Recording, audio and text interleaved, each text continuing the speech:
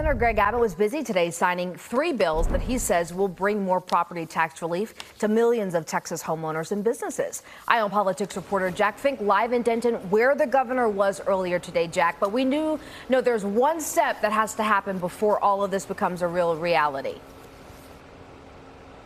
Well, Nicole, state lawmakers say they did their part, and now it's up to residents and business owners to make it final. Voters are going to have to approve this constitutional amendment during the election this November. Now, just a short time ago, Governor Greg Abbott signed the 3 bills into law during a ceremony at the Robeson Ranch, a retirement community here in Denton. The law will benefit seniors and other Texas homeowners.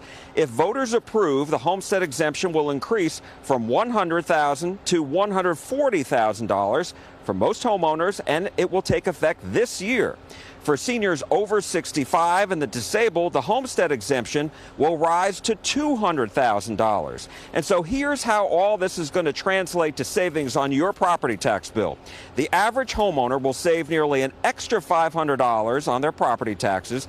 And when you combine the savings from 2023, which are still in effect, that will total $1,750. For those 65 and older and the disabled, they'll get an extra $900, bringing their total savings to more than $2,300.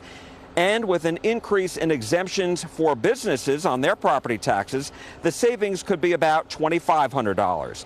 For homeowners, the homestead exemption will be reflected on their school property tax only, which is the largest portion of the bill. The state will use less property tax money to fund public schools and instead rely more on state sales tax and other state revenues.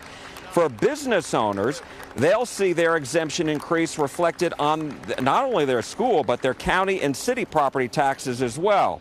The governor explained why the constitutional amendment is so important. We know there will be generations of other leaders leading the state. We want to make sure that we do more than just pass a law for this session that could be overturned by a majority next session. We want to make sure that we pass laws that are enduring, that would require 2/3 votes, which mathematically would mean, as it concerns increasing a tax.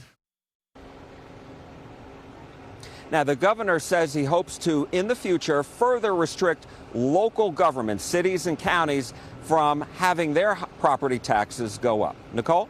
Yeah, Jack, I know the headline today was all about property taxes, but did we hear from the governor about the credible threat at the Texas Capitol this weekend after the assassinations of the Minnesota state lawmaker and her husband?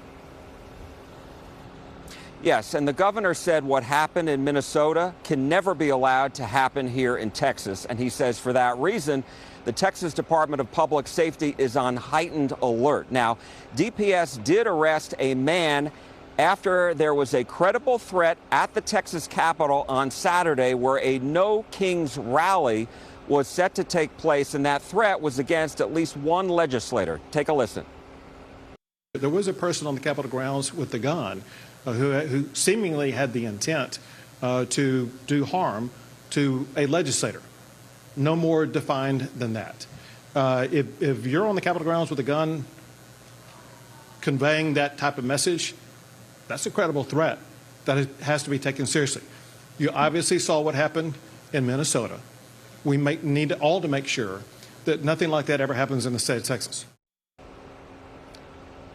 And he says TxDPS obviously is staying on top of this. Incidentally, the governor is going to be back for another bill signing in Fort Worth tomorrow. Nicole? We're thankful for them acting quickly. Jack, thank you so much for filling us in.